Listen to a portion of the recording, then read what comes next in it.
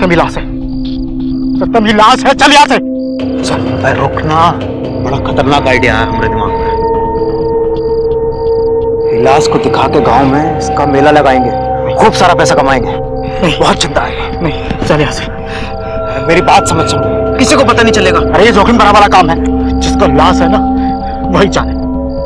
हम कोई लाश दिखा के पैसा नहीं कमाने। हम है ना, किसी को पता नहीं चलेगा। और अगर किसी को शक हो भी गया तो मुखौटा हटाकर कह देंगे देवी प्रकट होने वाली है, और फिर देखना पैसों की बरसात। पर अरे ज्यादा परपराओ मत, हाथ लगाओ जल्दी से। हाँ, एक बार पैसा लपेट लिया ना, फिर इस मूर्ति का विसर्जन कर देंगे। सुनो सुनो सुनो, अब कलयुग में होगा भक्तों का कल्याण, सभी को मिलेगा अपनी समस्या का समाधान, खुलेगा देवी मैया का नाम। सिर्फ 60 दिन, केवल 60 दिन में अवतारित होंगी देवी, स्वयं मूर्ति से अवतारित होंगी।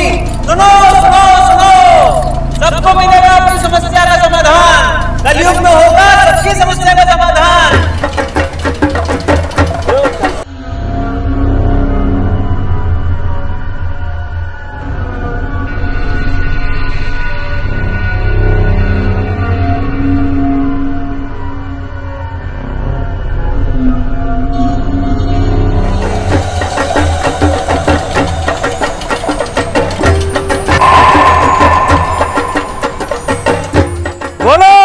देवी मैया की, देवी मैया की।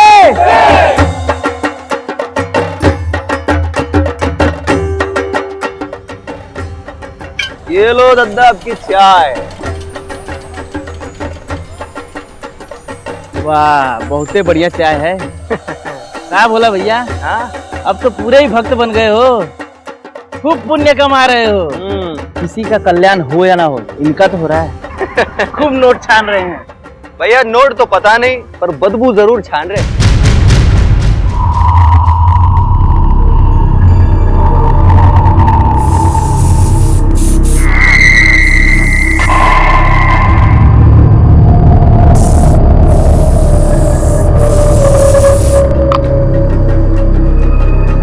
भाइयों, कल रात को माता रानी हमको दर्शन दिए हैं और एक ठो बात बोले हैं कि माता रानी आपकी निष्ठा और भक्ति से बहुत प्रसन्न है, और साथ ही साथ आप लोगों के दुखों को देखते हुए बहुत दुखी भी है।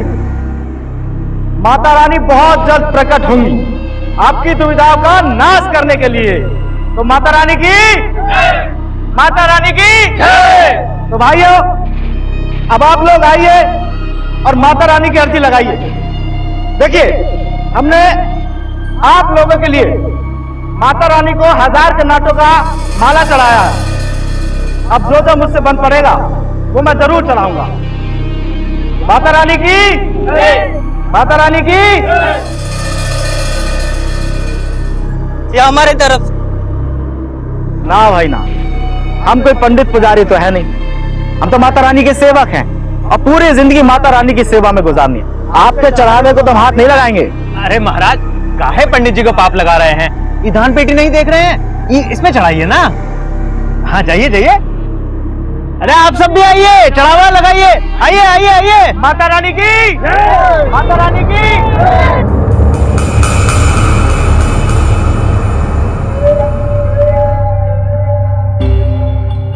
जब कोई विश्वास की दुकान खोलकर बाजार लगाता है, उसका विज्ञापन करने के लिए गलियों में उतर आता है, तो यकीन मानिए कि वो विश्वास का सौदा कर रहा होता है, अंधविश्वास को बेच रहा होता है। अंधविश्वास के ऐसे व्यापार में ना तो कोई श्रद्धा होती है और ना ही कोई भक्ति, बस होता है तो सिर्फ पैसा। इसके पीछे मंशा सिर्फ एक ही होती है, झूठ की चाशनी को शहद बनाकर दिखाना और उसमें सीधे साधे लोगों को मक्खियों की तरह फंसाना।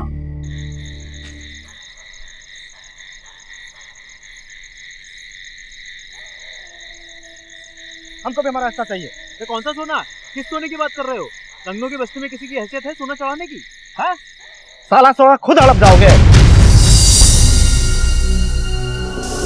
बहानेबाजी मत कर, मत बोल मूर्ति हमको मिला था। हाँ मिला था तो का उखाड़ने लगे तुम? हाँ, आइडिया तो हमारा था ना, तुम तो डर के कट रहे थे, बोले नहीं करते हैं, इसमें तो बड़ा जोखिम है। ये देखो, ये हम थे जो दिए ई माल कमा के माला माल होने का आइडिया। ब्रेन की कोनो कीमत है कि नहीं? लटकोर, तू जानता नहीं हमको। 2 घंटे में ना तुम्हारा सारा खेल खत्म कर देंगे, बता देंगे पूरी दुनिया को। अरे धमकी मत दो, छोड़ो हमरा कोना।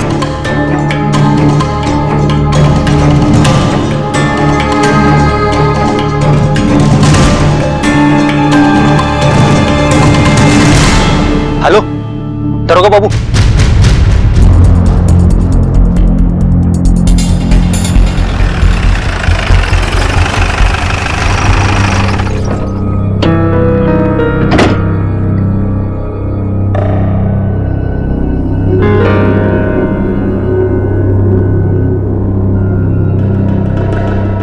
ये सब क्या है गुप्ता?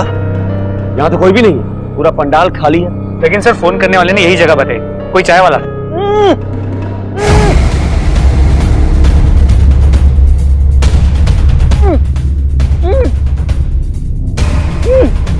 खोलो इसे। साले ससुरा, मिलिएगा हमका फिर बता देते हैं। मालिक हम बोला, हम ही ने आपको फोन किया था। तुम्हारा ये हाल किसने किया? वो सत्यम और शंभू ने, उन दोनों ने हमको यहाँ फोन करते हुए सुन लिया और मूर्ति लेके भाग गए। मूर्ति लेके भाग गए? पर क्यों? वो तो पता नहीं, लेकिन मालिक मूर्ति में से बहुत बदबू आती थी, शायद इसी वजह से लेके भागे होंगे। मूर्ति में से बदबू आती थी? हाँ। गुप्ता, इन दोनों को ढूंढो, और हाँ इस मूर्ति को भी। चल।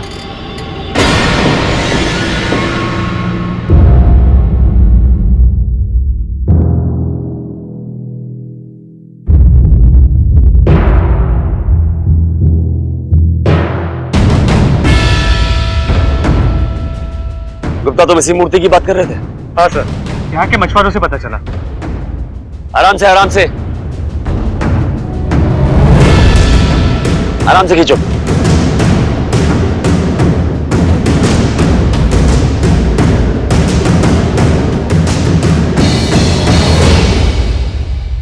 सर, इस मूर्ति में से किसी औरत के बाल निकल रहे हैं।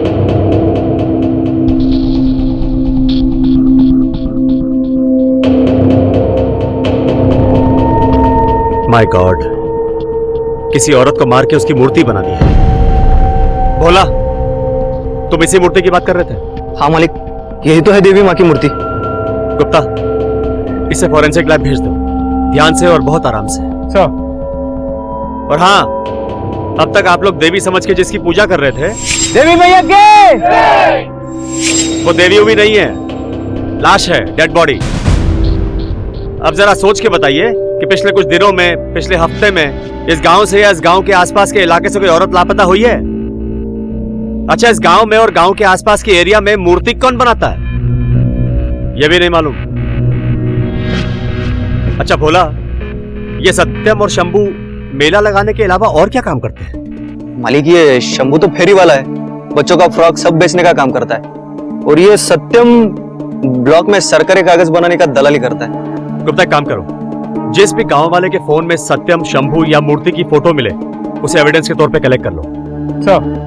कोई सोच भी नहीं सकता था कि कभी किसी देवी की मूर्ति के अंदर लाश मिल सकती है। इस खबर ने लोगों के विश्वास की बुनियाद हिला दी थी, लेकिन कोई ऐसा क्यों करेगा?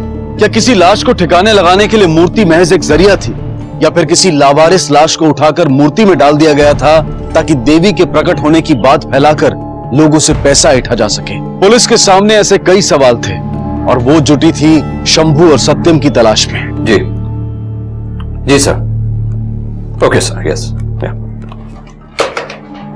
मिश्रा, ये केस जितना सीधा दिख रहा उतना है नहीं। अपने लाइफ में मैंने बहुत लाशें देखी हैं, लेकिन पीओपी में लाश मिलना मैंने पहली बार देखा।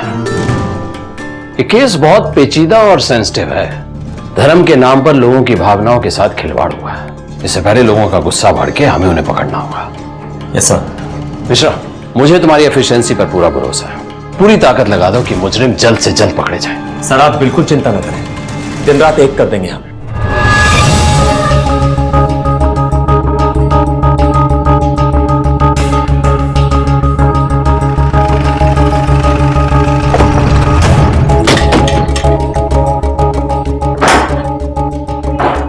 घर का कोना कोना छान मारो। सर। जी सर।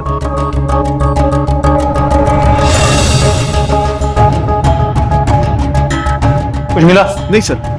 चलो सर, अंदर बिस्तर, बर्तन और कपड़ों के अलावा कुछ खास मिला नहीं। चलो सर।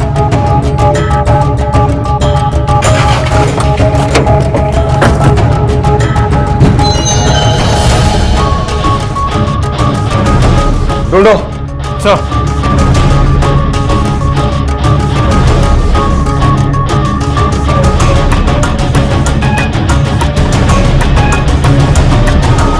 सर, यहां भी कुछ नहीं मिला। सर, उन दोनों के बारे में कोई ठोस जानकारी नहीं मिल पाई। दोनों की फोटोज को आसपास के सभी पुलिस स्टेशन भेज दिया और सभी खबरियों को भी काम पे लगाया। पिछले 2 या 3 महीने में किसी औरत की मिसिंग कंप्लेंट लेके ये भी चेक करने के लिए कहा है। गुड। देखो गुप्ता, इस केस में कोई भी गलती नहीं होनी चाहिए। सर, हो सकता है सत्यम और शंभू ने किसी का मर्डर किया और लाश को ठिकाने लगाने के लिए पीओपी की मूर्ति का रूप दे दिया। हाँ, हो सकता है, लेकिन सोचने वाली बात यह है कि अगर मर्डर इन दोनों ने किया है तो मर्डर करने के बाद इन दोनों ने मेला क्यों लगाया? अच्छा, क्या तुम वही रुको? सर, नारायण चक गांव के बाहर एक झोपड़े में सत्यम को देखा गया। गाड़ी निकाल।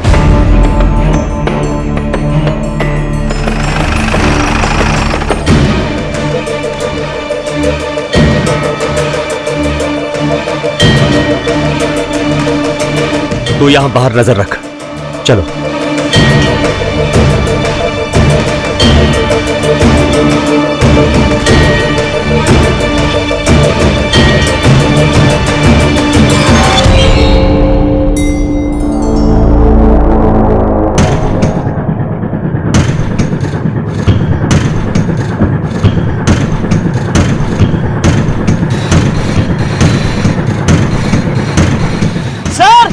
सर आइए जल्दी। बिल्कुल चुप। पहले मर्डर करता है, उसके बाद मेला लगाता है और अब यहाँ छुप के बैठा है। साहब कोई मर्डर नहीं किया। चल तुझे मेला दिखाता हूँ, लेके चलो इसे, चल। साहब आपको नहीं पता शंभू कहाँ पर है? हमने कोई मर्डर नहीं किया है। आपको तो ये भी नहीं पता था कि वो लाश कहाँ से आई और वो लाश मूर्ति में कैसे पहुंची। तुझे कुछ नहीं मालूम, अभी सब याद आ जाएगा। बोल शंभू कहाँ है? मैं बताता हूँ साहब, वो मूर्ति शंभू को मिली थी साहब, आपको कुछ नहीं पता। शंभू के गांव का पता और उसका फोन नंबर दोनों बता जल्दी। साहब शंभू बढ़ियापुर गांव का है साहब। फोन नंबर क्या उसका? नंबर क्या उसका?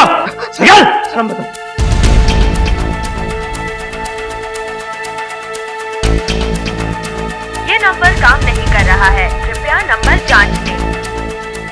गुप्ता, काम करो, इस शंभू के सारे कॉल रिकॉर्ड बाहर निकालो and most important last location क्या थी पता करो। सर, मैं भी देखता हूं तेरा ये शंभू कब तक बिल में छुप के बैठा रहता है, समझा तुम?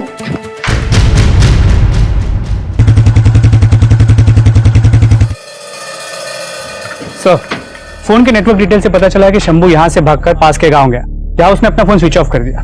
फिर उसके 1 घंटे बाद बेहतर स्टेशन के पास उसका फोन फिर से एक्टिव हो गया। यानी कि ट्रेन पकड़ के भाग गया। गुप्ता, काम करो, सबसे पहले ट्रेन की टाइमिंग पता करो और उसके बाद शंभू के गांव और घर के बाहर 2 कांस्टेबल तैनात कर दो। देखता हूं भाग के कहां जाता है।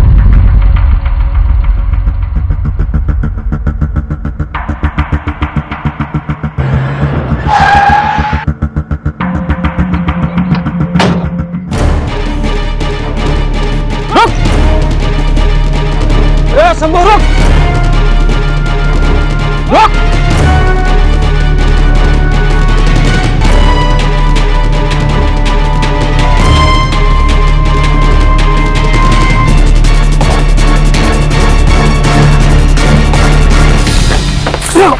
इधर नहीं भागेगा, नहीं भागेगा। कुछ नहीं किया। ए पकड़, क्या इसमें? ए, चक्कर इसको। सच बोल रहे साहब, हम कुछ नहीं किया साहब, कुछ नहीं किया साहब, कुछ नहीं किया साहब। चल, ए उठा इसको, ए चल। साहब कुछ नहीं किया। साहब कुछ नहीं किया साहब। आपने किसी को नहीं मारा साहब। किसी को नहीं मारा? तू ऐसे नहीं बोल। कुत्ता बोल, सब बता दे साहब। हम कबूल करते थे साहब, हम मूर्ति का इस्तेमाल करके लोगों के अंधविश्वास का फायदा उठाते थे साहब। सत्यम उस दिन चढ़ावे के बंटवारे में बेईमानी करने लगा था साहब। हमारा झगड़ा हो गया, भोला ने सब कुछ देख लिया और बात आप तक पहुंच गई। और इस काम के लिए तुमने किसकी आहुति दी? साहब हमने किसी को नहीं मारा साहब। सब वो आरा का होलसेलर है, वहां से माल लेकर लौट रहे थे साहब। ये सत्यम भी कोनो काम से लौट रहा था साहब।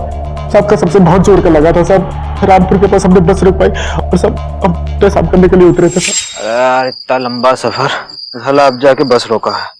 सब झाड़ियों के किनारे हमने मूर्ति देखा था। सत्यम, वो क्या है? बहुत सुंदर था साहब।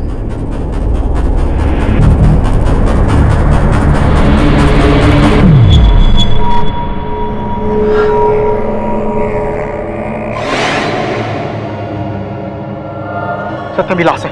तब सब हमें पता चला कि इस मूर्ति के अंदर एक लाश है। तब हम तो बहुत डर गए थे। क्यों बे? तुमको हमारी शक्ल पे लिखा है कि हम पखलौल हैं, कि तुम कोई भी कहानी बनाओगे और हम मान जाएंगे। अब मैं आखिरी बार पूछ रहा हूं, सच सच बोल, सच बोल, वरना यही पुलिस स्टेशन में तेरी मूर्ति बना दूंगा। बोल, तुमने किसको मारा और मार के मूर्ति में डाल दिया? बोल। साहब हम सच्ची सच्ची कह रहे हैं, आपको नहीं मालूम था उसमें किसका लाश है। हमारा मत मारा गया था, लोग ने आगे मूर्ति को उठा लाए थे साहब।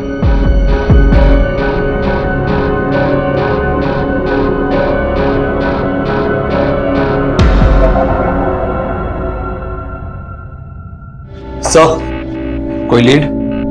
अब तक तो नहीं सर। हमने सत्यम और शंभू से काफी पूछताछ की, लेकिन अब तक कोई खास इंफॉर्मेशन हाथ नहीं लगी है सर। अगर लाश रामनगर के उस तालाब के पास मिली है तो वो लड़की आसपास के किसी गांव में ही रहती होगी। एक काम करो मिश्रा सर, आसपास के पुलिस स्टेशन में चेक करो कि किसी लेडी की मिसिंग रिपोर्ट आई है क्या। अपने खबरियों को एक्टिवेट करो, एक एक गांव को छान मारो। Sure sir. अगर सत्यम और शंभू सच कह रहे थे तो इसमें हैरानी की कोई बात नहीं थी, क्योंकि आस्था का ऐसा व्यापार सबसे आसान होता है। इसमें इन्वेस्टमेंट जीरो, मेहनत जीरो और रिटर्न्स बहुत हाई होते हैं। इस व्यापार में लोग आकर प्रणाम करते हैं और पैसा देकर चले जाते हैं, और उन पैसों के बदले में उन्हें कुछ देने की भी जरूरत नहीं होती। शायद इसीलिए शंभू और सत्यम ने वो मूर्ति उठाकर मेला लगा लिया था। लेकिन पुलिस की मुश्किलें डबल हो गई थी। उन्हें पता नहीं चल रहा था कि ये लाश किसकी। उनके पास ना तो आइडेंटिफिकेशन का कोई जरिया था और ना ही आगे की कोई लीड। डॉक्टर साहब, क्या पता चला? प्लीज बैठिए बैठिए। जी, मूर्ति से बॉडी किसी औरत की मिली है। एज करीब 30 के आसपास की होगी। उस औरत को पहले किसी ने मारा, फिर पीओपी लगाया है। बॉडी कितनी पुरानी? 2 से 3 हफ्ते पहले मारा गया। और मौत का कारण? उसके सर पे किसी हैवी चीज से वार किया गया है, या फिर उसके सर को बार बार दीवार पे या जमीन पे मारा गया है। उसकी बॉडी से ये सोने की बाली मिली।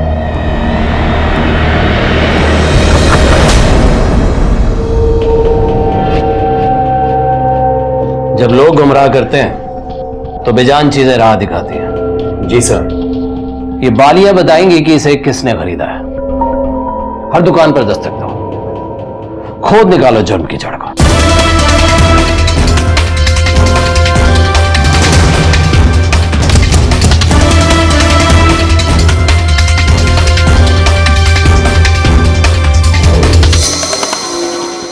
हाँ सर, ये बाली हमारे यहाँ की है। खरीदी किसने थी? कोई रिकॉर्ड है तुम्हारे पास? जरूर होगा सर, 1 मिनट दीजिए।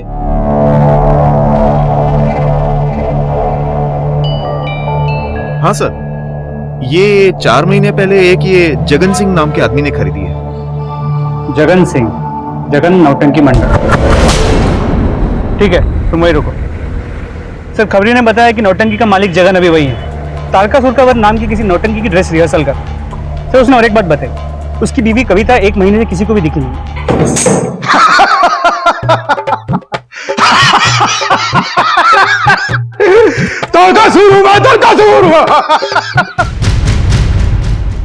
हमें छोड़ दीजिए, तेरा बात तो निश्चित है। पीछे देख, पुलिस। आप तो तेरा बात एकदम निश्चित है। बस बस हो गया तुम्हारा। हम भी यहाँ पे असुर को ही ताड़ने आए हैं। जगन कौन है? मैं हूं साहब। आओ, जरा तुमसे पूछताछ करनी है। आओ।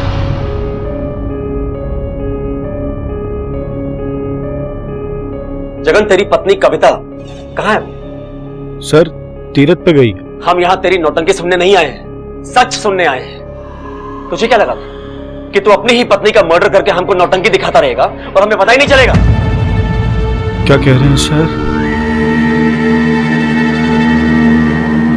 कविता का खून? नाटक मत कर। हमने नहीं मारा सर। सर, हमें तो पता ही नहीं उसका कत्ल हो गया। तेरी पत्नी इतने दिनों से गायब है और तूने अब तक उसकी मिसिंग कंप्लेंट ही नहीं लिखवाई। सर, वो मुझको बोल के गई थी तीरथ पे जा रही है। सर, किसी ने बोल दिया कि फोन फट जाता है तो उसने कभी डर के मारे फोन को हाथ भी नहीं लगाया, कांटेक्ट भी नहीं कर पाए। आप बताइए सर, मेरी क्या गलती है? मुझे कैसे पता होगा कहाँ है, किस हाल में? अच्छा, 15 से 20 मार्च के बीच तो कहाँ था? सर मैं बनारस में था, मौसी के यहाँ पे। उनकी तबीयत बहुत खराब थी। मौसी के पास बनारस में? नंबर निकाल। गुप्ता देखो बात करके। नंबर लगा। ये नंबर काम नहीं कर रहा है, कृपया नंबर जांच ले। नहीं लग रहा सर। तेरे घर में तेरे किन दोस्तों का आना जाना है? तेरी पत्नी का किसके साथ उठना बैठना मिलना जुलना था? मुझे उन सभी लोगों के नाम और नंबर चाहिए। कुछ औरतें आती थी और मनोज और रितेश आते थे। मनोज और रितेश कौन है? सर मंडली के लड़के। जगन के घर तुम्हारा इतना आना जाना क्यों था? मालिक, जगन दोस्त है हमारा, तो दोस्ती खातिर चाय चूर पीने को जाना आना होता था बस। और ये कविता, ये कैसी औरत थी? साहब बहुत नेक दिल औरत थी और हमारी तो बहन जैसी थी। बहन? जी सर। कविता हमारी एकदम बहन की तरह थी। अच्छा एक तो बात बताओ कि जगन के थिएटर में तुम क्या करते हो? सर हम उसका बैक स्टेज का सारा काम देखते हैं। Back stage? जी। मतलब कि प्रॉपर्टी हुई, मूर्ति हुई, मुखौटा हुआ, ये सब संभालते हो ना? जी सर, और मुखौटा और मूर्ति का काम जगन खुदे देखते हैं। अच्छा तुम लोग तो कलाकार आदमी हो, तो पेंटिंग उंटिंग तो आराम से बना लेते होगे। मेरा मतलब है कि मूर्ति हुआ, मुखौटा, ये सब बनाना तो तुम लोग के बाएं हाथ का खेल होगा। नहीं सर, हम इतना बड़ा कलाकार थोड़े ना है। अच्छा मर्डर उर्डर तो आराम से कर ही लेते होगे। सर पता नहीं आप क्या जानना चाहते हैं, लेकिन कविता बहन के मौत के साथ हमारा कोनो ताल्लुकात नहीं है। ठीक है जाओ।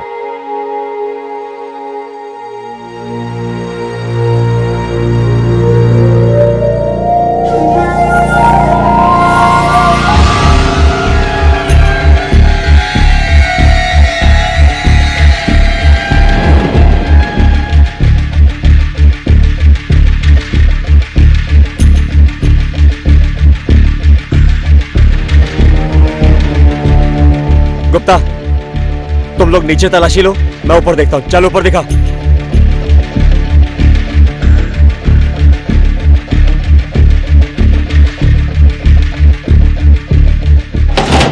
क्या बे, तेरी बीवी का परमानेंटली जाने का प्रोग्राम था क्या? तेरे घर में तेरी बीवी का एक भी कपड़ा नहीं है। सर कुछ दिन पहले से पेस्ट कंट्रोल करवाया था, सारे कपड़ों में बदबू थी, इसीलिए धोबी को दे दिया। तेरा पूरा खेल मेरी समझ में आ रहा है। तेरी बीवी इतने दिनों से गायब है और तूने उसकी मिसिंग कंप्लेंट नहीं लिखवाई। तुम्हारे घर में तुम्हारी बीवी का एक भी कपड़ा नहीं है और तुम कहते हो कि धोबी के पास है। अब अगर मैं धोबी के पास जाऊंगा तो वो मुझे किसी के भी कपड़े दिखा के बोल देगा कि तुम्हारी बीवी के कपड़े हैं, है ना?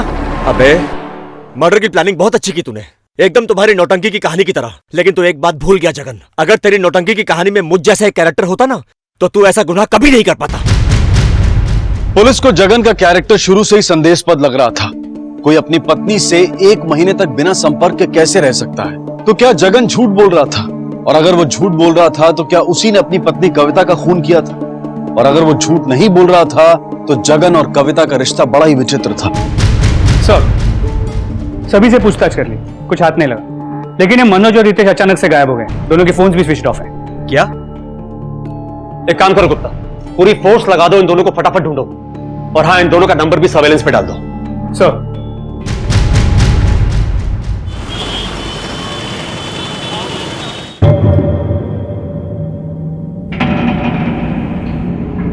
सर अभी अभी पता चला कि मनोज का फोन फिर से एक्टिव हो गया, लेकिन सिम किसी और के नाम पर है। कहां पे हुआ है? करवा में। गुप्ता काम करो, करवा पुलिस को हमारे आने की खबर दे दो। और हाँ, उनसे कहना कि हमसे कोऑर्डिनेट जरूर करते रहे। सर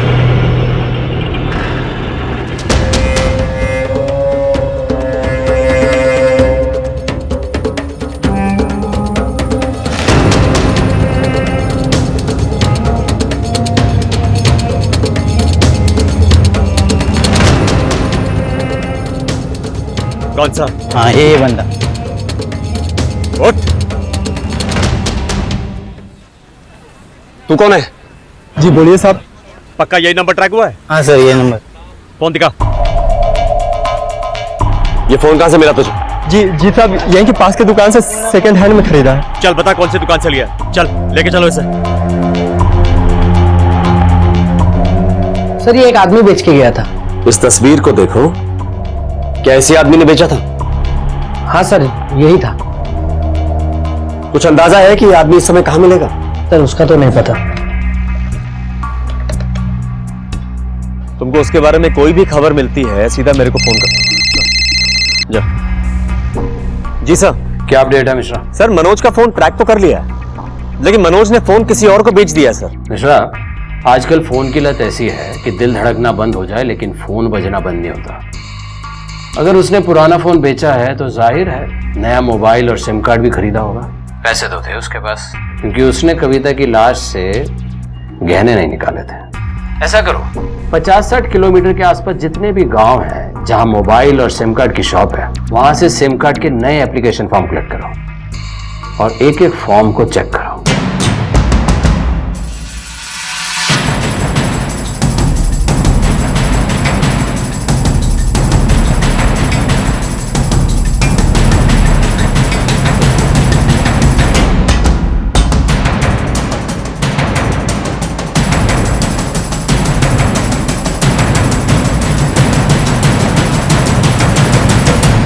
सर आपका शक सही निकला। मनोज ने पास ही के कस्बे से नया सेलफोन और सिम कार्ड खरीदा। ये उसकी डिटेल्स है। Very good. कुछ और मिला? हाँ सर, साइबर सेल को मनोज के पुराने फोन में से एक डिलीटेड वीडियो के ट्रेसेस मिले। वो उसे रिकवर करने की पूरी कोशिश कर रहा है। गुड। गुप्ता काम करो, इस मनोज का फोन भी सर्वेलेंस पे डालो। सर। पुलिस मनोज और रितेश को पकड़ने के लिए जमीन आसमान एक कर रही थी, पर क्या यह कोशिश रंग लाएगी?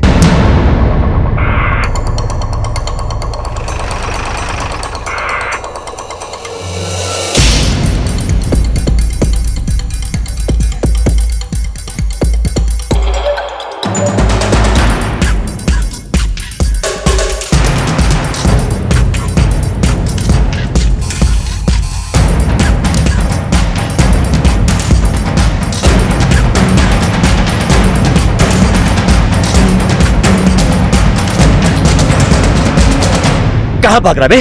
कहां भाग रहा है? पकड़ो, लेके चलो इसे। बस साहब, बस साहब, हमने कुछ नहीं किया साहब, हमने कोई तक नहीं मारा। अगर तुमने कुछ नहीं किया तो भागा क्यों? अपना फोन क्यों बेचा और एकदम से नंबर क्यों ऑफ कर दिया?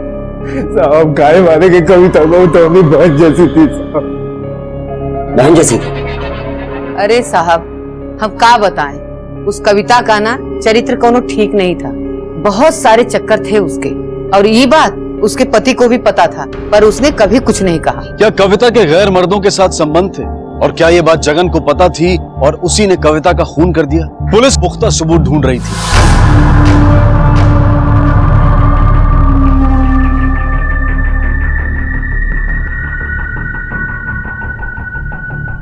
सर इसके छज्जे पे मिला, बिल्कुल वैसे ही है जैसे उस मूर्ति पे था। अच्छा, तो तूने अपनी बीवी को मारकर उसकी मूर्ति बना दी और भी लोगों को मारकर उनकी मूर्ति बनाकर विसर्जन करने का इरादा था तेरा? नहीं सर। बोल और किसको मारने की प्लानिंग कर रहा था? बोल। सर मैं सच बोल रहा हूँ सर, ऐसे मार्क्स और भी खरीदे मैंने। तुझे क्या लगता है हम क्या झुबरी तलैया से हैं जो हमें बेवकूफ बना रहा है? बोल। मैं सच कह रहा हूँ सर, और भी 2 मास्क रिहर्सल हॉल में रखे हैं सर। रिहर्सल हॉल में रखे हैं? चल दिखा, चल। अरे देखना यार उस वाले में, देख जाके तो देख नीचे वाले में।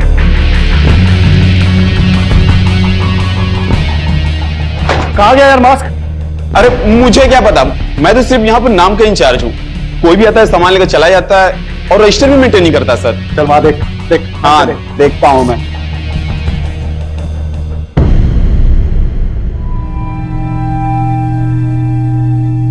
सर एक मास्क मिला है, एक नहीं मिल रहा सर। तेरी माँ का कॉस्ट्यूम भी गायब। हमारे साथ नौटंकी करके हमको बेवकूफ बनाने की कोशिश कर रहा है। गुप्ता, इन दोनों को हवाला लेके चलो। चलो। हमने कुछ नहीं किया सर। अरे यूपी हिले, बलिया हिले, पटना हिले ला। भैया कुछ खाए खाएगा? जाओ कुछ खाए के। बहुत गर्मी है भाई।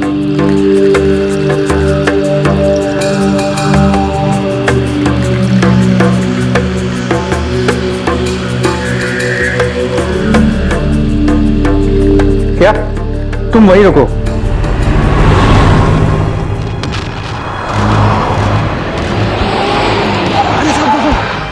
ये रहा।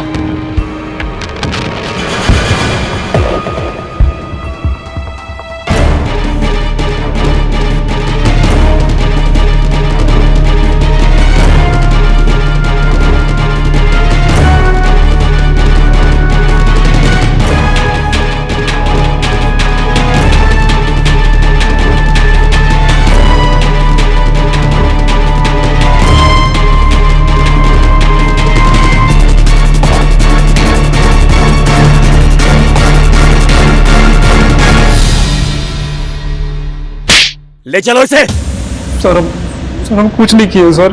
मैं आखिरी बार पूछ रहा हूं, सच बोल दे। अरे सर हम कुछ नहीं किए हैं। कुछ नहीं किया, अभी बताएगा तू।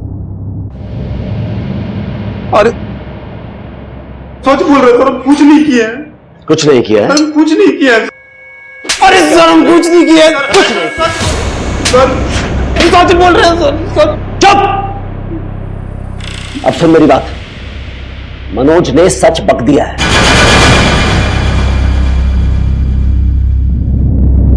अब ये कुछ नहीं किया बंद कर और सच बोल। बोल। सच बोल रहे सर, हम कुछ नहीं किए हैं। क्या मनोज और रितेश ही कविता के असली कातिल हैं? या कविता का पति जगन है उसका असली हत्यारा? पुलिस को जगन पर शक तो था, लेकिन वो पुख्ता सबूत ढूंढ रही थी। और तभी हेलो, हाँ बोलो। अच्छा ठीक है, ओके सर। फोरेंसिक लैब से फोन था, मोबाइल की वीडियो रिकवर हो गई। गुड। बहन जैसी थी।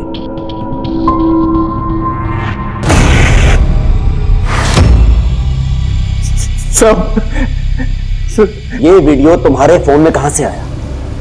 बोल। सब हम कोई कत्ल नहीं किए सब, हम बस रितेश के साथ दिए थे साहब। रितेश का साथ दिया था? क्या साथ दिया? क्या साथ दिया रितेश का तुमने? कविता बहुत खूबसूरत थी साहब, इसीलिए रितेश हमेशा उसके पीछे लगा रहता था। सब पसंद हम भी करते थे, लेकिन हमारी कभी हिम्मत नहीं हुई उसके पास जाने की। लेकिन रितेश साहब पता नहीं कौन से मिट्टी का बना था, एकदम पागल ही था साहब। हमेशा उसके नजदीक जाने की कोशिश करता था। और एक दिन साहब वो कविता को बाजार में अकेले पकड़ लिया और अपने दिल का बात कह दिया। अरे कविता भौजी प्रणाम। रितेश तुम यहाँ पे?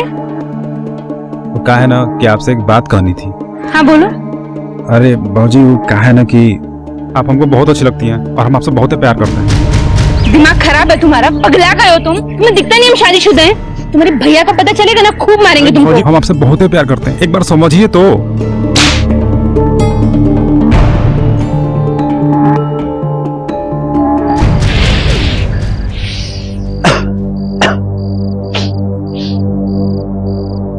खाली ये कविता अपने आप को समझती का है, सबके सामने हमको थप्पड़ मारी है ना, छोड़ेंगे नहीं ससुरी को।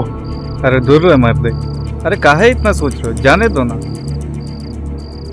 काहे बे, तुमको भी तो हुक्म में बहुत इंटरेस्ट है ना? पागल हो गए क्या? कुछ भी बोल रहे हो तुम तो। अरे राजा झूठ मत बोल। अच्छा सुन, हमारा पास एगो प्लान है जिससे हम दोनों के साथ मजा कर सकते हैं।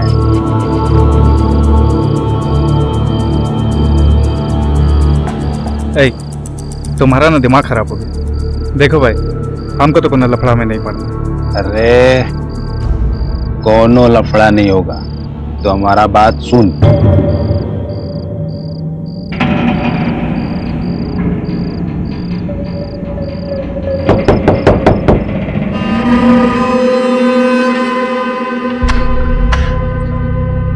भाभी नमस्ते। तुम दोनों यहाँ पे? वो भाभी हम ना मामा बन गए, तो सबको मिठाई देने जा रहे थे, सोचा आपको भी देते चले। भाभी आप अंदर नहीं बुलाएंगे? आओ।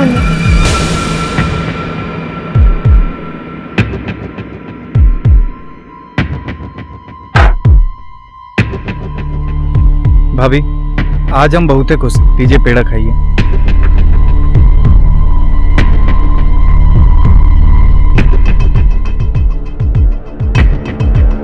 रिहर्सल कैसा चल रहा है तुम्हारा?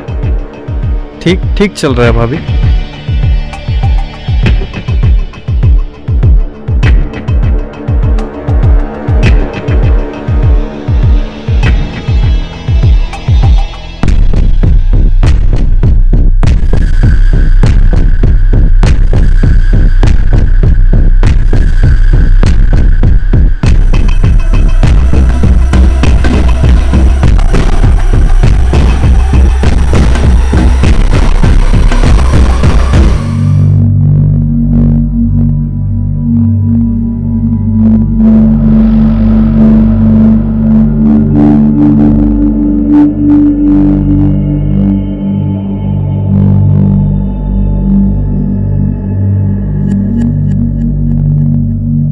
शुरू में तो बहुत ही चुप थी, बाद में उल्टा हमी को धमकाने लगी। हम डर गए थे सर। फिर एक दिन जगन आपका मंडली वाले लोग भोपाल जा रहे थे परफॉर्मेंस देने के लिए। फिर हम बीमारी का बहाना लेके वही रुक गए। फिर बाद में हम कविता के लैंडलाइन पे फोन करके उनको रिहर्सल हॉल में बुलाए फुटेज देने के बहाने। बाद में पता चला कि वो कहीं तीर्थ यात्रा पे जा रही थी। उसके बावजूद वो हमसे मिलने आई।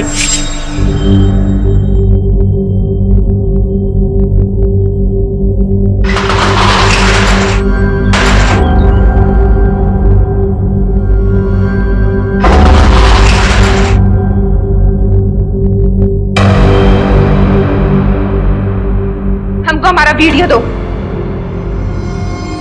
अरे दे देंगे, इतना काहे उकता रही हो? देख रितेश, बहुत हो गया। हाँ, हमको हमारा वीडियो दो अभी के अभी, वरना हम पति और पुलिस दोनों को बता देंगे। साली धमकी दे रही है हमको, धमकी दे रही है। अभी तेरा सारा वीडियो ना लेके हर जगह फॉरवर्ड कर देंगे। तुमको जिसको भेजना है ना भेजो। हमारा पति क्या कहता है, दुनिया वाले क्या कहते हैं, हमें कोई फर्क नहीं पड़ता।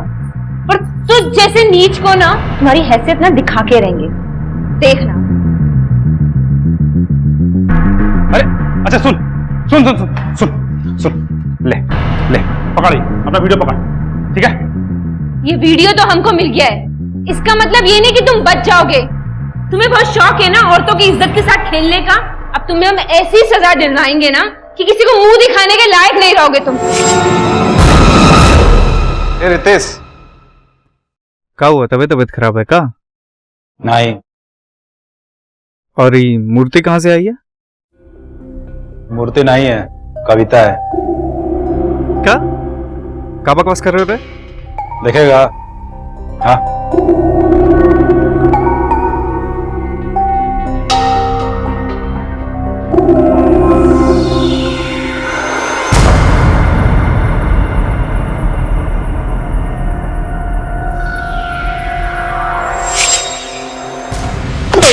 सर माफ करो सर। दोस्त बोलता है अपने आप को, शर्म आनी चाहिए तुझे। सबसे पहले अपने दोस्त की पत्नी की इज्जत पे हाथ डालता है, बाद में उसी की जान ले लेता है, और जान लेने के बाद उसकी मूर्ति बना के उसे सड़ने के लिए फेंक देता है। तो जैसे घटिया और घिनौने आदमी को जितनी सजा दी जाए वो कम है।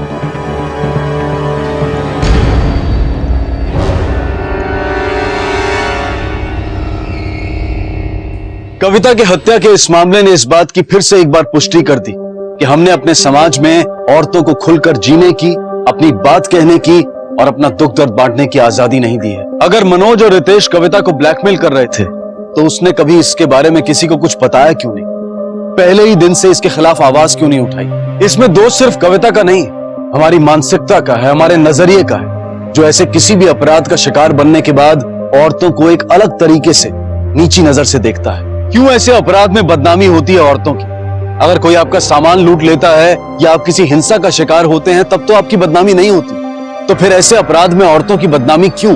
बदनामी का यह डर ही ऐसे हैवानों को ऐसे घिनौने अपराध करने का अवसर देता है। ये बेहद जरूरी है कि हम अपने आसपास के लोगों की मानसिकता, उनका नजरिया, उनकी सोच बदलने की कोशिश करें। इसी विचार के साथ मैं अनूप सोनी अब आपसे विदा लेता हूं।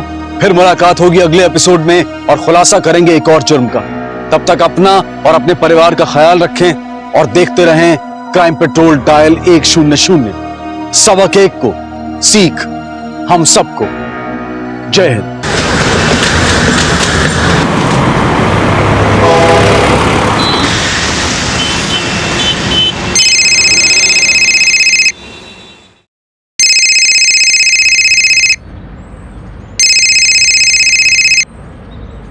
हाँ बोल। ग्राउंड फ्लोर पे जागरण है, बिल्डिंग में घुसना आसान होगा। जागरण के शोर में आज ये काम हो जाना चाहिए, लेकिन लगना चाहिए कि मर्डर लूट के इरादे से हुआ है। काम हो जाएगा।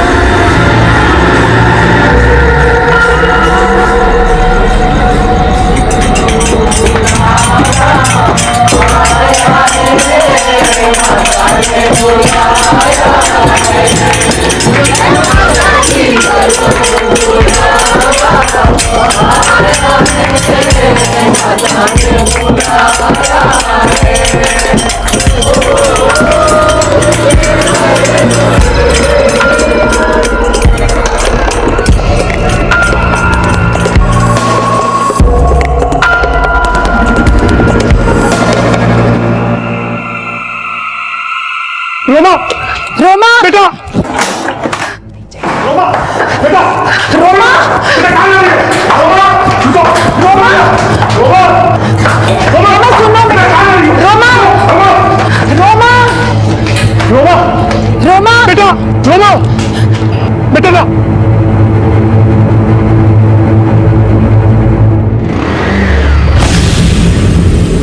रोमा, आप लोग रुक जाइए वरना मैं कूद जाऊं। अरे रोमा, ये तू क्या कर रही है? रुक जा रोमा, गलत कर रही है तू। रोमा ऐसा मत कर रोमा, पीछे जा रोमा। रोमा, अगर तुझे कुछ हो गया तो मैं भी जिंदा नहीं रहूंगी। रोमा ऐसा मत कर। रोमा, रोमा रुक जा। ऐसा मत करो बेटा, प्लीज। रोमा, रुक जा। रोमा रुको। रोमा, रोमा, रोमा, क्या किया तूने? रोमा,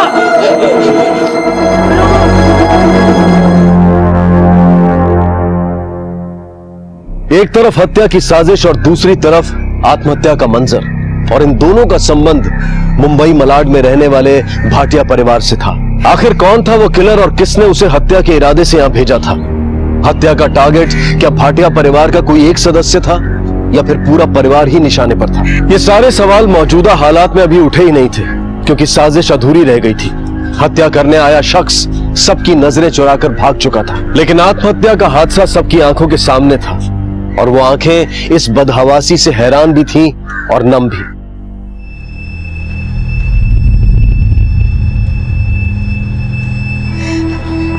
बेटा, अगर तुझे कुछ हो जाता तो मैं अपने आप को कभी माफ नहीं कर पाता। मैं मानता हूं बेटा कि मैंने अपने बच्चों के लिए कभी कुछ नहीं किया, लेकिन आज मैं खुद सबको ये खबर सुनाने वाला था कि मुझे बहुत बड़ा प्रॉफिट हो रहा है, लेकिन तूने मौका ही नहीं दिया बेटा। मैं सच कह रहा हूं। हाँ राधा, अब हमारी बेटी जिस कॉलेज में चाहे एडमिशन ले सकती है, महंगे से महंगा कोर्स कर सकती है बेटा।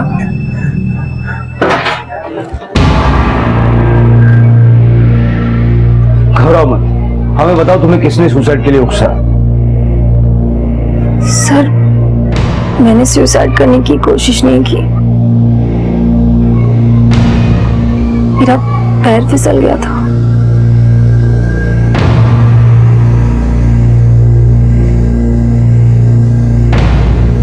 सर, लड़की झूठ बोल रही है। मैंने सोसाइटी वालों का बयान लिया है। उसका भाई और उसके माँ बाप उसे रोक रहे थे, फिर भी वो छत से कूद गई।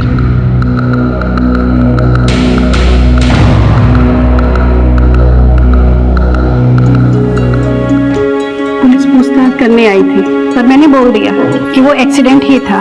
पर हुआ क्या है जो रोमा? बच्चे अक्सर अपनी जिद में ऐसी गलतियां कर बैठते हैं। वीरेन इम्पोर्टेंट नहीं होता तो मैं जरूर रुकता था, लेकिन तुम मजा कर यार, जलसा करने पाए। थोड़े दिन के लिए फैमिली वालों को बाहर घुमा के ला, बिजनेस मैं संभालूं। मैं चलता हूं। स्कोर बोल भाई, क्या हुआ? अरे वेदर कैसा माहौली में? बारिश का चांस है? मिस्टर भाटिया जी, प्रताप सरदेसाई ने भेजा है मिस्टर एंड मिसेस भाटिया के। Thank you. Happy anniversary. Attention attention.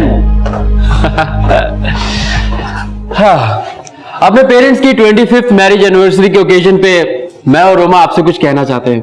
Roma. पापा, मम्मी, happiest anniversary to both of you.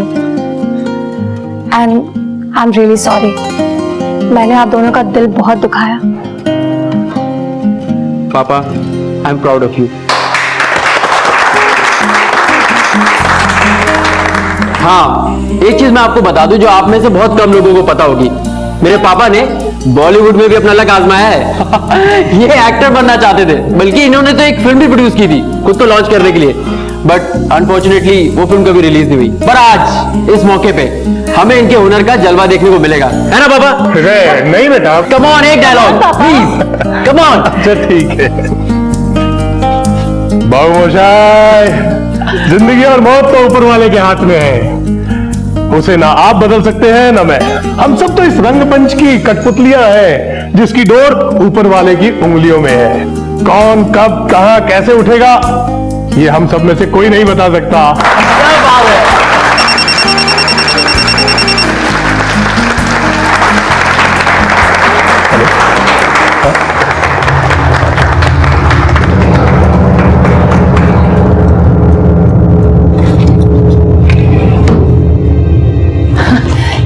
क्या कर रहे हैं आप? मेरा गिफ्ट छुपा रहे हैं क्या? नहीं वो अब मैं दरअसल तुम्हारा गिफ्ट लेने ही जा रहा था। वो कम वक्त डिलीवरी बॉय आया नहीं अब तक। मैं बस गया और आधे घंटे में वापस आया।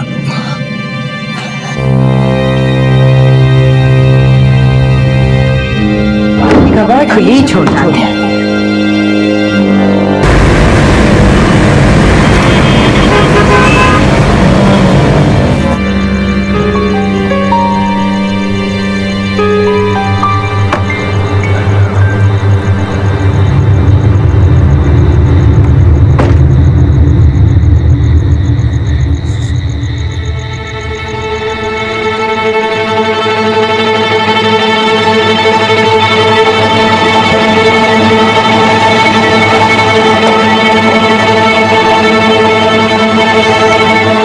पूरे 50,000।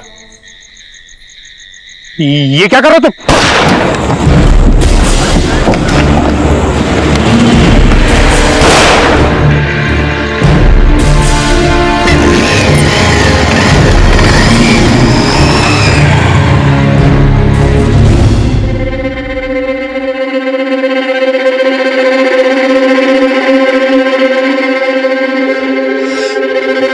मम्मी, उनका फोन भी बंद आ रहा है। आपने उनको जाने ही क्यों दिया?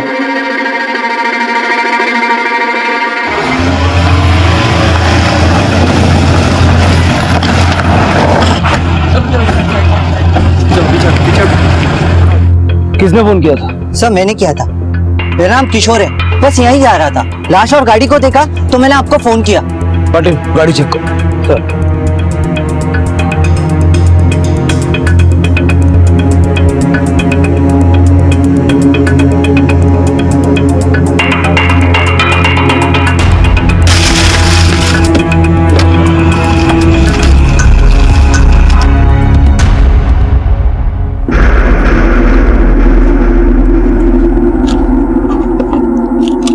ये क्या कर रही हो तुम? चोरी कर रही हो। अरे पर क्यों कर रही हो ये सब? तो आपको क्या लगता है ये पैसा कब तक टिका रहेगा? देखना, धीरे धीरे करके ना पापा इसे भी खत्म कर देंगे और फिर बाद में कहेंगे बेटा किसी गवर्नमेंट कॉलेज में पढ़ लो, मेरे तो पैसे ही खत्म हो गए। तुम अपने पापा के बारे में हमेशा इतनी उल्टी सीधी सोच क्यों रखती हो? क्योंकि मम्मा कुत्ते की दुम कभी सीधी नहीं होती। जबान संभाल के बात करो रोमा, तेरे पापा हैं वो। पागल थी मैं जो उनके बातों में आ गई। आज जिस तरह से पैसे लेके निकले हैं ना, मुझे नहीं लगता उनसे कोई उम्मीद भी लगाई जा सकती है। रोमा, पापा मम्मी के लिए गिफ्ट लेने गए हैं। फोन बंद करके आसमान में उड़ गए। नहीं नहीं, चांद तारे तोड़ के लाएंगे। तू ज्यादा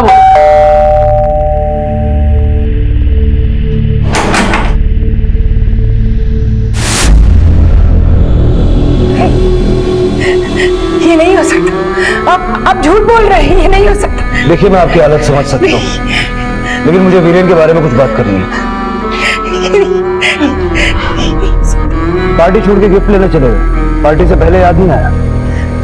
जी वो डिलीवरी बॉय आने वाला था, वो नहीं आया तो इसलिए। कहाँ जाने का बोल के निकले थे? ऐसा कुछ भी नहीं बताया।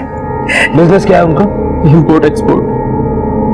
गोरेगांव में ऑफिस है हमारा। उनकी पर्सनल या प्रोफेशनल लाइफ में किसी से कोई लड़ाई झगड़ा, कोई अनबन?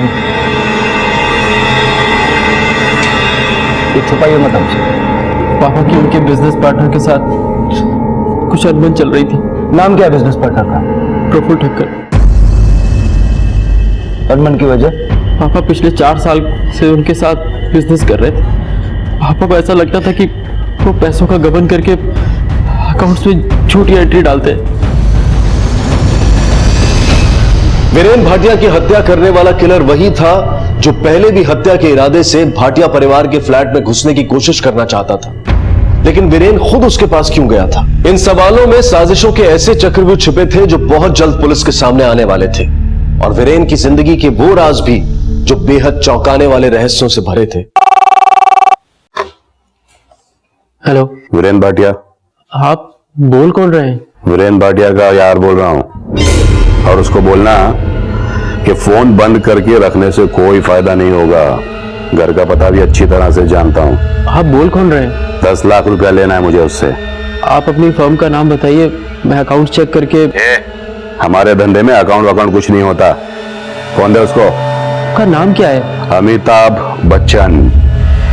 अब दे वीरेन भाटिया को फोन। पापा इस दुनिया में नहीं रहे।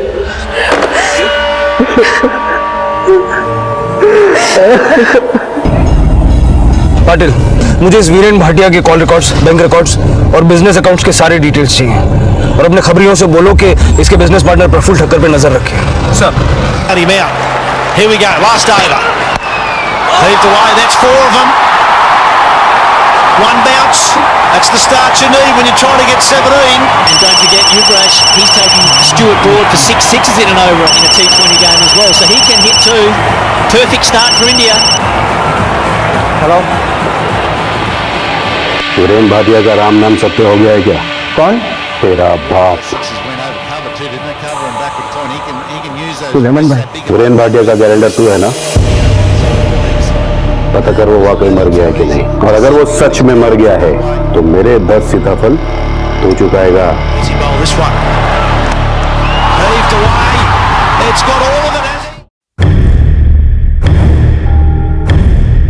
सर, ये प्रफुल्ल ठक्कर 4 साल पहले वीरेन को गारमेंट बिजनेस में लेके आया। इससे पहले वीरेन स्टॉक मार्केट में इन्वेस्ट करता था। मैंने वेरीफाई किया सर, दोनों के पास एक्सपोर्ट ऑर्डर की कोई कमी नहीं थी, लेकिन मुनाफा बहुत कम था। हो सकता है वीरेन के बेटे का शक सही हो, प्रफुल्ल वीरेन को चूना लगाता हो। लेकिन सर, ये वीरेन भी कोई दूध का धुला नहीं था। ये देखिए कॉल रिकॉर्ड्स। पिछले कई महीनों में वीरेन के नंबर पे जो आउटगोइंग और इनकमिंग कॉल्स हुए हैं, उनमें से ज्यादातर नंबर्स बंद हैं। मर्डर के पहले के कॉल रिकॉर्ड्स क्या कहते हैं? सर, मर्डर से पहले रात को 9 बजे बैंड्रा के एक पीसीओ से फोन आया था, और 2 घंटे पहले एक नंबर से और कॉल हुआ था जो किसी प्रताप सरदेसाई के नाम पे रजिस्टर्ड है। सर, ये प्रताप सरदेसाई और वीरेन भाटिया की रोज बातचीत होती थी। कहाँ रहता कहाँ ये प्रताप सरदेसाई? अमेरी लोखंड वाला सर।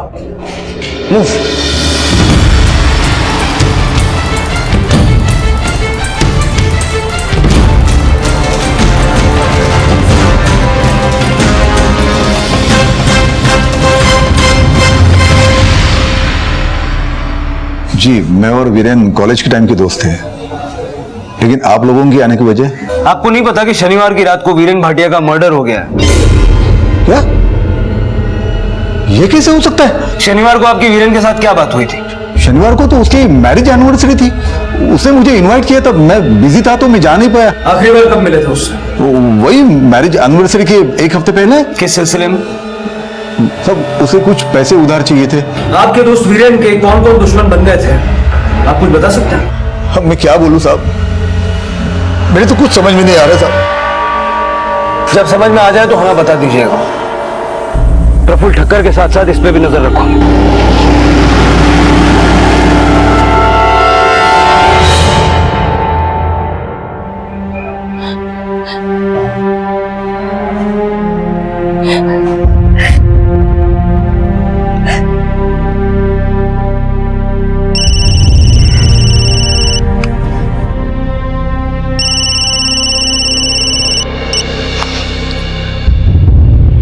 सुलेमान भाई, मैं वीरेन के घर पर ही हूँ।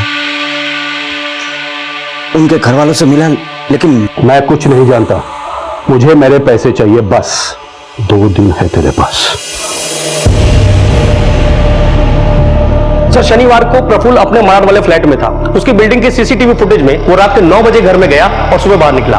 और प्रताप सरदेसाई भी अपने अंधेरी वाले ऑफिस में था। सर, पाटिल, ये मर्डर सुपारी देके करवाया गया है। मुझे पूरा यकीन है कि बांद्रा के उस पीसीओ से वीरेन को आर्य रोड बुलाने के लिए फोन किया गया था। उससे पहले भी वीरेन को वहां से कई कॉल्स जा चुके हैं। अब हमें पता ये लगाना है कि बांद्रा के उस पीसीओ से वीरेन को कौन फोन करता था। सर, राजू खबरी से पता चला कि वीरेन भाटिया बांद्रा के एक बार में अक्सर जाया करता था।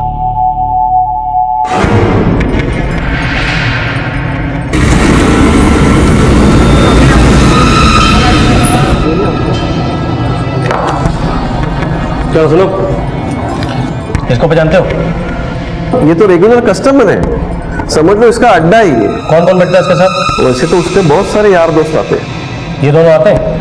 हाँ साहब, ये दोनों आते थे, लेकिन एक बार इस आदमी के साथ बीरेन सेठ का बहुत बड़ा झगड़ा हुआ था। अरे तू खुद को क्या समझता है?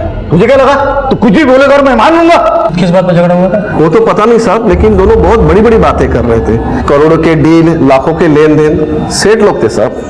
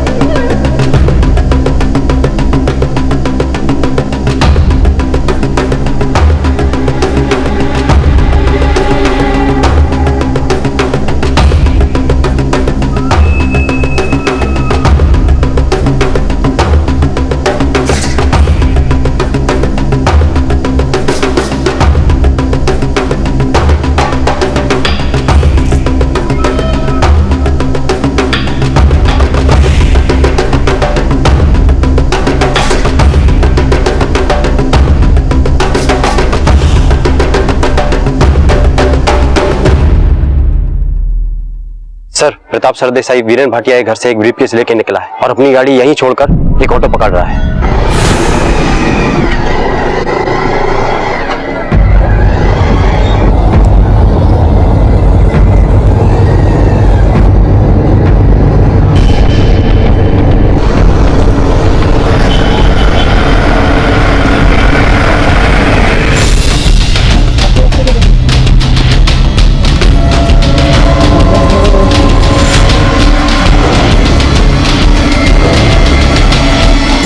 वो देखो,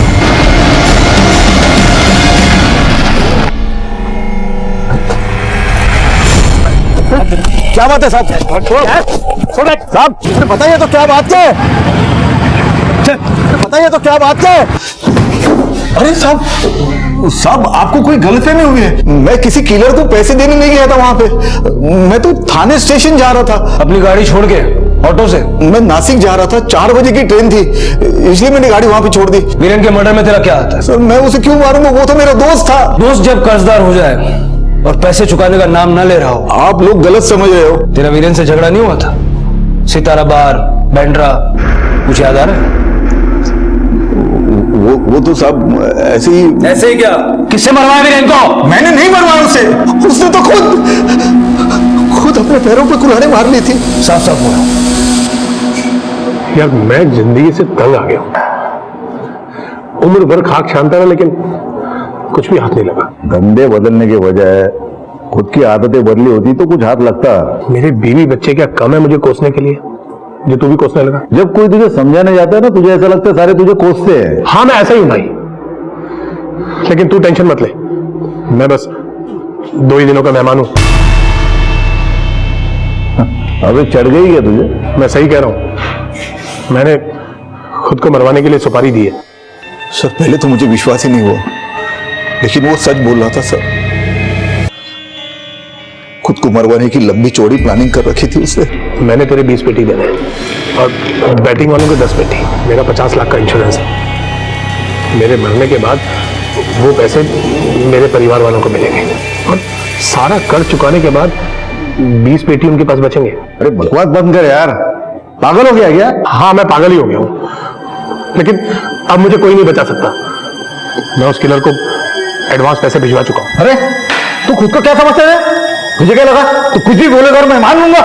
बैठ तो भाई। छोड़ यार, तेरे जैसों के साथ दोस्ती नहीं रखनी मुझे। बाढ़ में जा साले। सर मुझे लगा वो मुझसे और पैसे उधार मांगने के लिए नाटक कर रहा है, इमोशनल फूल बना रहा है मुझे। लेकिन सर आपने जब बताया कि उसका मर्डर हो गया तो यकीन हो गया। तो ये पहले क्यों नहीं बताया? उसके मर्डर के बारे में सुन के तो मेरे होश उड़ गए थे। मैंने आज भाभी जी को बताया इस बारे में तो उन्हें भी यकीन नहीं हुआ। ये कैसे हो सकता है भाई साहब? अभी कुछ दिन पहले की बात है, वो 20 लाख रुपए लेकर आए और उन्होंने कहा कि उन्हें मोटा मुनाफा हुआ है। ऐसे में वो आदमी खुद अपने लिए नहीं, मेरा मन नहीं मानता इस बात को। उन पैसों में से भाभी जी ने मुझे आज 5 लाख रुपए दिए। सब में मैं लेना नहीं चाहता था, लेकिन उन्होंने जबरदस्ती की, जोर दिया तो ले लिया साहब। और मुझे ये भी बोला कि धीरे धीरे वो बाकी के पैसे भी दे देगी। प्रताप जी ने मुझे सबके बारे में बताया था, लेकिन मुझे विश्वास नहीं हुआ। वो भला खुद को क्यों मरवाएंगे? आपको क्या लगता है कि प्रताप ने वीरेन की सुपारी दी और अब कहानी बना रहा है? नहीं, वो ऐसा नहीं कर सकते। राधा जी सच तो ये भी है कि वीरेन की मौत के बाद इंश्योरेंस का 50 लाख रुपया तो आप ही को मिलना था। आप कहना क्या चाह रहे हैं इंस्पेक्टर साहब? मैं ये समझना चाह रहा हूँ कि आपके पति को कौन और किस मकसद से मरवा सकता है। वो दुनिया का कर्जदार था, तो क्या उसकी हत्या उसके लेनदारों ने की या उसकी मौत से फायदा उठाने वालों ने? वीरेन की जिंदगी के उलटफेरों की वजह से हम सबने बहुत कुछ सहा। वीरेन जिंदगी में बहुत बड़ा सोचता था, बहुत बड़े बड़े सपने देखता था। इज्जत, नाम, शोहरत, पैसा, सब कुछ कमाना चाहता था वो। अब ये फिल्में बनाने का नया भूत कहां से सवार हो गया? ये बाप दादा की जमीन का पैसा अब क्या फिल्में बना के डुबाना है? मुझे अपनी किस्मत पर पूरा भरोसा है, और एक जोशी ने कहा भी है मेरे अच्छे दिन आने वाले हैं। जिंदगी बदली नहीं, बल्कि और ज्यादा नुकसान हो गया। फिल्म के घाटे के बाद रियल एस्टेट में भी किस्मत आजमाई। ये बड़े बड़े प्लान बनाना आप छोड़ दो। जिन कामों में छोटे मोटे कमीशन मिल जाते हैं उनमें क्यों नहीं संतोष कर लेते? उस छोटे मोटे कमीशन से हमारा पेट नहीं भरने वाला है। देखना, एक दिन मुंबई का सबसे बड़ा बिल्डर बनूंगा मैं। जमीन खरीदने के लिए हमारे पास पैसे नहीं हैं और बिल्डिंग खड़ी करने के सपने देखते हैं। तुम चिंता मत करो, हमारे भी सितारे बदलेंगे, समझी? पैसा दोगुना चौगुना करने की लालच में बची कुची रकम भी स्टॉक मार्केट में डुबो दी, फिर अकल आई तो पिछले 4 साल से गारमेंट के बिजनेस में टिके। जिंदगी में पहली बार 20 लाख का मुनाफा हुआ। 20 लाख का मुनाफा ऐसे तो नहीं हो जाता। कभी पूछा नहीं आपने कि इतना पैसा कहां से आया? सट्टेबाजी से, क्रिकेट के बैटिंग में पैसे लगाता था वो। कोई बताया नहीं उसने? मुझे शक था कि पापा प्रफुल्ल भाई के साथ सट्टेबाजी में पैसा लगाते हैं, लेकिन हाँ सर, जिस रात पापा का मर्डर हुआ उसी रात घर के लैंडलाइन पे एक कॉल आया था। वो कह रहा था कि पापा को उसके 10 लाख रुपए दे रहे। हो सकता है सर ये बैटिंग का ही पैसा हो। नाम क्या बताया उसने? सर उसने नाम नहीं बताया। रोमा जी, आपको भी कोई ऐसी कॉल आई है कभी? जी नहीं सर। वैसे वो छत से पैर फिसल गया था या सुसाइड था? सर मैंने आपको बताया था ना, मेरा बस पैर फिसल गया था। सिर्फ रोमा का सुसाइड नहीं, वीरेन के घर वाले हमसे काफी कुछ छुपा रहे हैं। कहीं उन्होंने तो वीरेन को मारने की सुपारी नहीं दी, क्योंकि वीरेन की मौत का सबसे ज्यादा फायदा उन्हें हुआ है। और ये प्रताप सरदेसाई भी उनसे मिला हुआ हो सकता है। सर ये 20 लाख का मुनाफा और ये 10 लाख के कर्ज का चक्कर इनकी कहानी हो सकती है, या हो सकता है कि इसका वीरेन की बैटिंग से कोई सीधा सीधा कनेक्शन हो। ये बात तो पक्की है कि वीरेन बैंड्रा के बार में बैठ के सट्टा लगाता था। पाटिल अब इसका पता तो प्रफुल्ल से चलेगा, सस्पेक्ट तो वो भी है। अब बुलाओ उसे, बहुत खुला छोड़ दिया। सर प्रफुल्ल आया। बुलाओ। साहब मुझे बचा लीजिए, मेरी जान खतरे में, मैंने बचा ही लो साहब। शांति रख, शांति रख। चल बोल, बात क्या है? साहब ये वीरेन के चक्कर में मेरी तो ऐसी तैसी हो गई। उसके 10 लाख चुकाने के लिए मुझे धमकियां मिल रही साहब। 10 लाख या 10 सीताफल? सट्टे की हार का पैसा है ना ये? हाँ साहब, वो वीरेन सट्टा लगाता था। वो वीरेन सट्टा लगाता था और तू उसको बट्टा लगाता था? नहीं साहब, आप गलत समझ रहे हैं मुझे। बहुत चूना लगाया ना कंपनी का पैसा गबन करके वीरेन को। ये झूठ है। कंपनी का पैसा तो वीरेन गमन कर रहा था। मैं तो पछता रहा हूं आज उसके साथ पार्टनरशिप करके। तेरी सारी हिस्ट्री है हमारे पास। तूने उसे सट्टेबाजी में घुसाया। मुझे पता नहीं था कि सट्टे में पैसा लगाने के लिए वो कंपनी का पैसा उड़ा के मुझ पे चूना लगाएगा। मरे को कोई भी झूठा बोलता है साहब। उसके मरने के बाद मेरी तो वाट लग गई है। उसके हार के 10 सीताफल नहीं चुका है ना, मेरा भी मर्डर हो सकता है साहब। ये कौन है जो सीताफल मांग मांग के तुझे मिर्ची लगा रहा है? सुलेमान भाई। वीरेन को किसने मरवाया? हो सकता है कि उसके पैसे ना देने पे सुलेमान भाई ने मरवा दिया हो, और अब वो मेरे पीछे पड़ा है। सब बचा लो। कहां मिलेगा तुम्हारे ये सुलेमान भाई?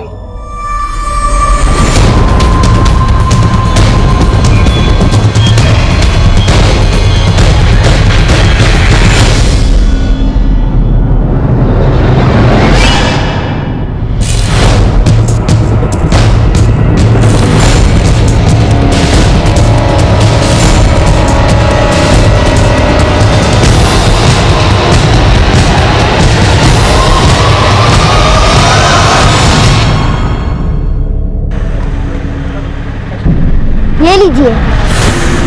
क्या है ये? किसने दिया? इन्होंने दिया। अरे सुनो तो।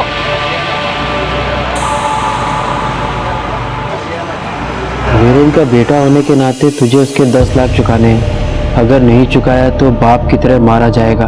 अमिताभ बच्चन। याद आया? फिर से फोन करूंगा।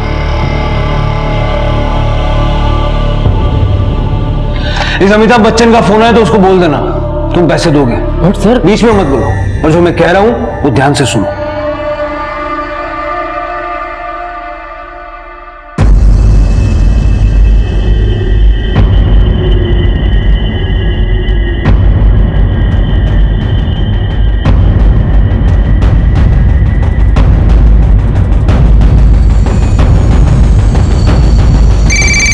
उसी का कॉल है सर।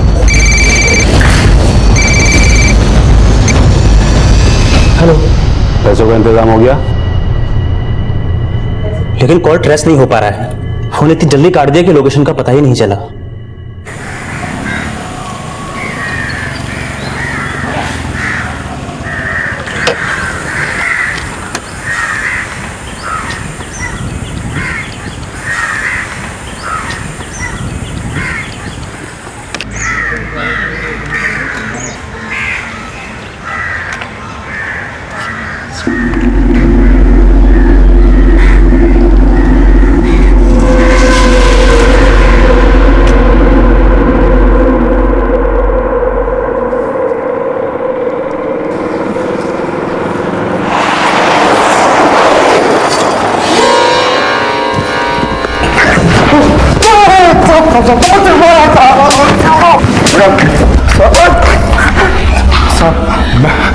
सुलेमान के बारे में कुछ नहीं जानता साहब। मैं तो सिर्फ लेन देन का काम करता हूँ राजन भाई के कहने से। ये राजन भाई कौन है? मैं नहीं जानता साहब। उससे कोई भी काम होता वो मेरा खोली पे आ जाता था साहब।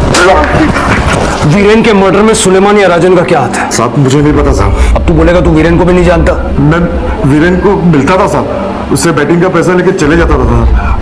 लास्ट टाइम में उसे पैसा देने गया था, वो 20 लाख रुपए जीता था साहब। आज मेरा दिल बहुत खुश हुआ। जितना पीना चाहते हो पियो। आज शाम तक तो मैं अपने आप को मरवाना चाहता था। मतलब? मैंने खुद को मरवाने की सुपारी दी थी। सर, अगर वीरेन के खुद की सुपारी देने की बात सच है तो यह भी सही होगा कि बैटिंग में 20 लाख जीतने के बाद उसने अपनी सुपारी कैंसिल की होगी। तो फिर वीरेन को मरवाया किसने? पाटिल, ये सुलेमान या ये जो कोई भी है, ये जब तक हमारे हाथ नहीं लगता ना तब तक कुछ भी कहना मुश्किल है। एक काम करो, वीरेन की फैमिली का फोन सर्वेलेंस पे डालो। मुझे पूरा भरोसा है कि अपने 10 लाख वसूल करने के लिए वो किसी न किसी से मिलने की कोशिश जरूर करेगा। मम्मी, मुझे एडमिशन मिल गया। अरे वाह बेटा, ये तो बहुत अच्छी बात है। अब तो खुश है ना? मम्मी, मैं बहुत बहुत बहुत खुश हूँ। माँ, अब सबसे पहले प्रफुल्ल के साथ पार्टनरशिप खत्म कर देंगे। थोड़ा इंतजार करते हैं, हो सकता है कि वो। हेलो,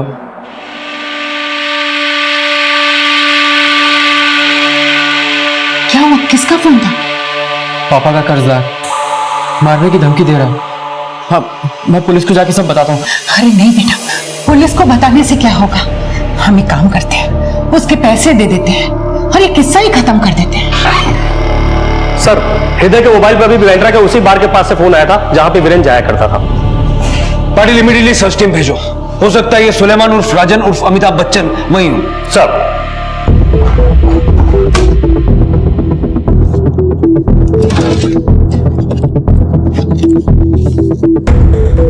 ये ले,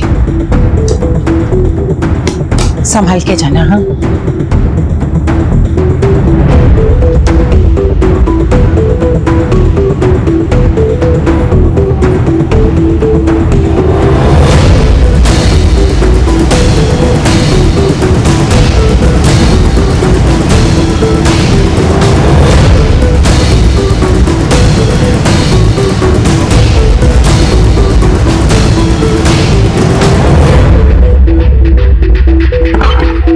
सर, हृदय ने जो कॉल ट्रेस की थी कि उसकी रिकॉर्डिंग।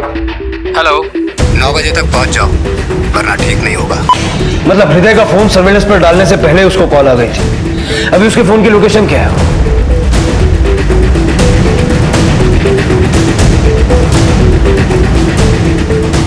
सर, ये तो घर पे बता रहा है। पर 9 तो बजने वाले हैं।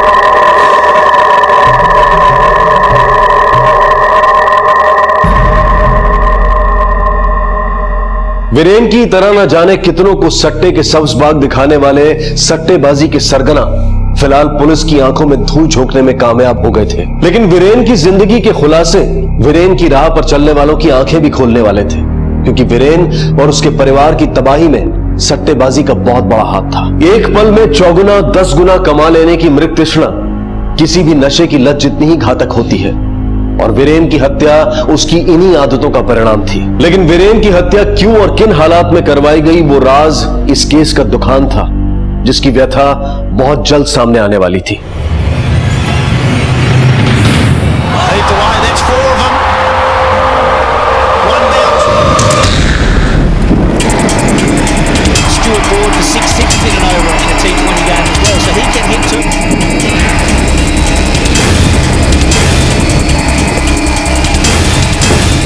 सुलेमान, सुलेमान खूब बैटिंग करता है साले। अच्छा, वीरेन को क्यों मरवाया?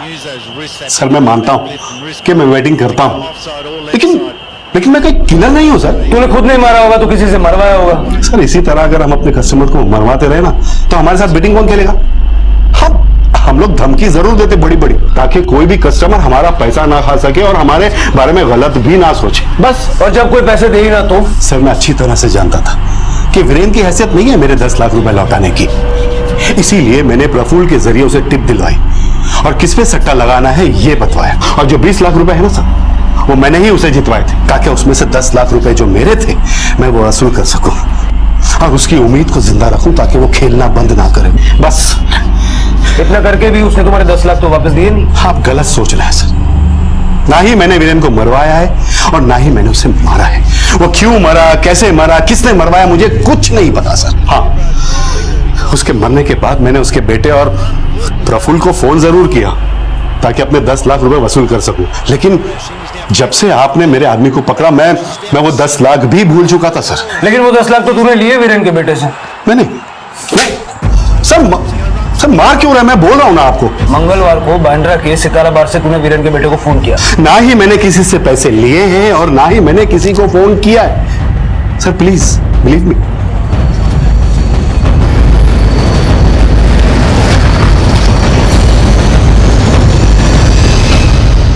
सर, वो आवाज पहले जैसी ही थी। हृदय, हमने वो कॉल ट्रेस की थी, वो आवाज सुलेमान की नहीं थी। मुझे नहीं पता सुलेमान कौन है, पर उसी आवाज से मुझे धमकी भरे कॉल्स आए थे। तो इस बारे में हमें पहले क्यों नहीं बताया? सर वो मैंने मना किया था। मैं अपने पति को पहले ही खो चुकी हूँ और 10 लाख के लिए मैं अपने बेटे की जान को खतरे में नहीं डालना चाहती थी। पाटिल, ये गुत्थी सुलझने की बजाय और उलझती जा रही है। क्यों ना भाटिया परिवार का झूठ पकड़ने के लिए हम रोमा के सुसाइड वाले हादसे से शुरुआत करें।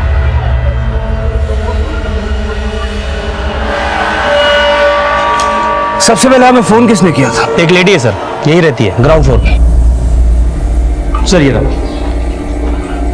चलो।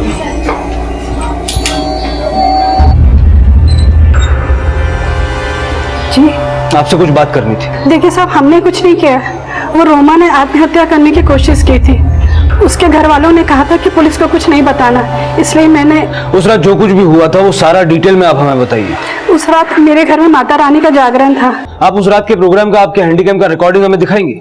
जी।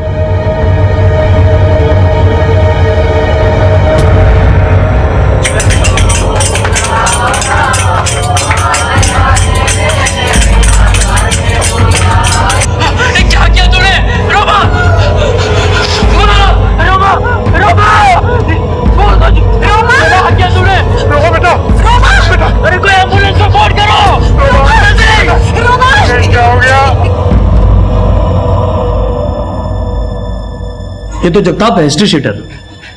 ये यहाँ पे क्या कर रहा है? कहाँ मिलेगा ये जगताप? पास के ही चौल में रहता है सर।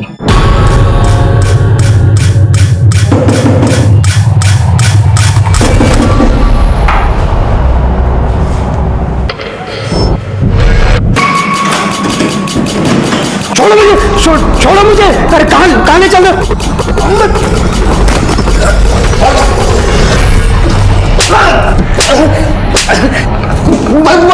बोलता हूँ सब बोलता हूँ साहब। अपन को और मत मारो साहब। बोल। अपन उस दिन वीरेन को मारने गया था साहब। उसकी बेटी के सुसाइड कांड की वजह से अपन को उसको बिना मारे लौटना पड़ा। किसके कहने पे गया था वीरेन को मारना? उस एड़ी खोपड़ी ने तो खुद को मरवाने का सुपारी दिया था। अच्छा, मैं तुझे मार दूं तो मेरे को पैसा देगा? बोलो कितना लोगे? 2 लाख। ये 50,000 है। 2 दिन बाद तुम मुझे जहां मारना चाहोगे मैं आ जाऊंगा 1.5 लाख लेकर। अगले दिन उसने सुपारी कैंसिल कर दिया साहब। फिर भी तूने उसे टपका दिया? क्योंकि उसके मना करने के बाद भी अपन को उसी के मारने की सुपारी मिली थी। किसने दी थी सुपारी?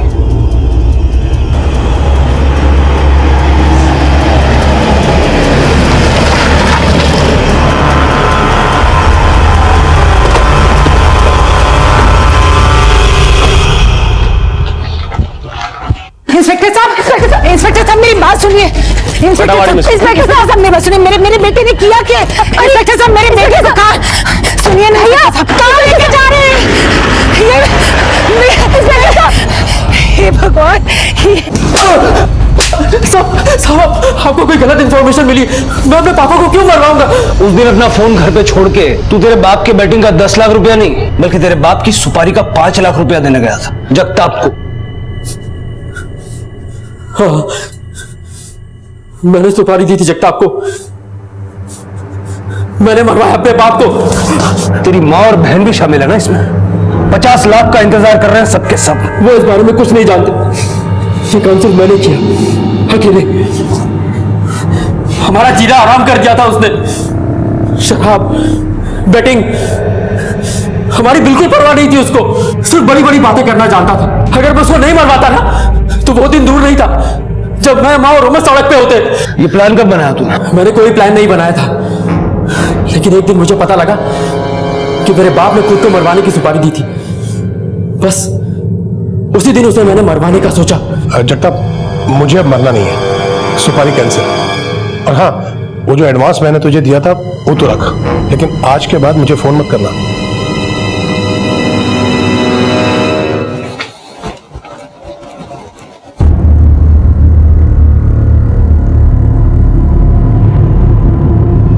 मैंने उसके मोबाइल से ही जगताप का नंबर लिया और जगताप को अपने बाप को मारने की सुपारी दे डाली।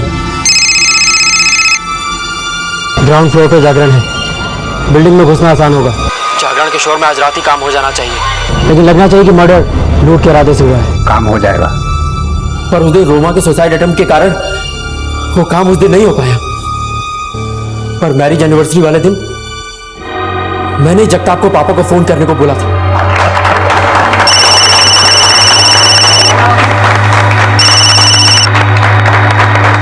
तू तो अब मरना नहीं चाहता है, लेकिन अगर तूने मुझे 50,000 रुपए और नहीं दिए तो मैं तुझे सच में जान से मार दूंगा। जान बचाना चाहता है तो आर्य रोड मिल 50,000 के साथ। तुम्हें 50,000? उस दिन जब सुलेमान का धमकी का फोन आया मुझे, तो मैंने सोचा कि क्यों ना पापा के मर्डर का शक इसी पे डाल दूं। और उस दिन जगताप को पापा के मर्डर की सुपारी के पैसे देने के लिए मैंने उससे कहा कि मुझे उसी बांद्रा के बार के पास से फोन करे जहां बैठकर पापा बैटिंग किया करते थे। इस काम के मैंने उसे 1 लाख रुपए एक्स्ट्रा दिए थे। माना कि तेरे बाप की आदतें खराब थी, लेकिन उसको मारने की बजाय अगर तू उसको सुधारने की कोशिश करता ना, तो आज तेरा बाप जिंदा होता, अपने परिवार के साथ होता। क्राइम का मोटिव चाहे कुछ भी हो, क्राइम क्राइम होता है, एंड क्राइम नेवर पेस।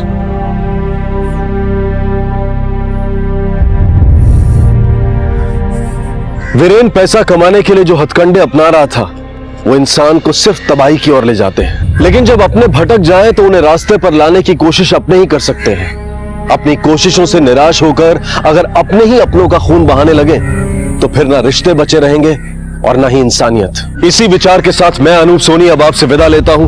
फिर मुलाकात होगी अगले एपिसोड में एक और चौंका देने वाले केस के साथ। तब तक अपना और अपने परिवार का ख्याल रखें और देखते रहें क्राइम पेट्रोल डायल 100। सबक एक को सीख हम सबको। जय हिंद। इस तरह के और भी एपिसोड देखने के लिए हमारे चैनल को सब्सक्राइब करें और बेल आइकन दबाना ना भूलें।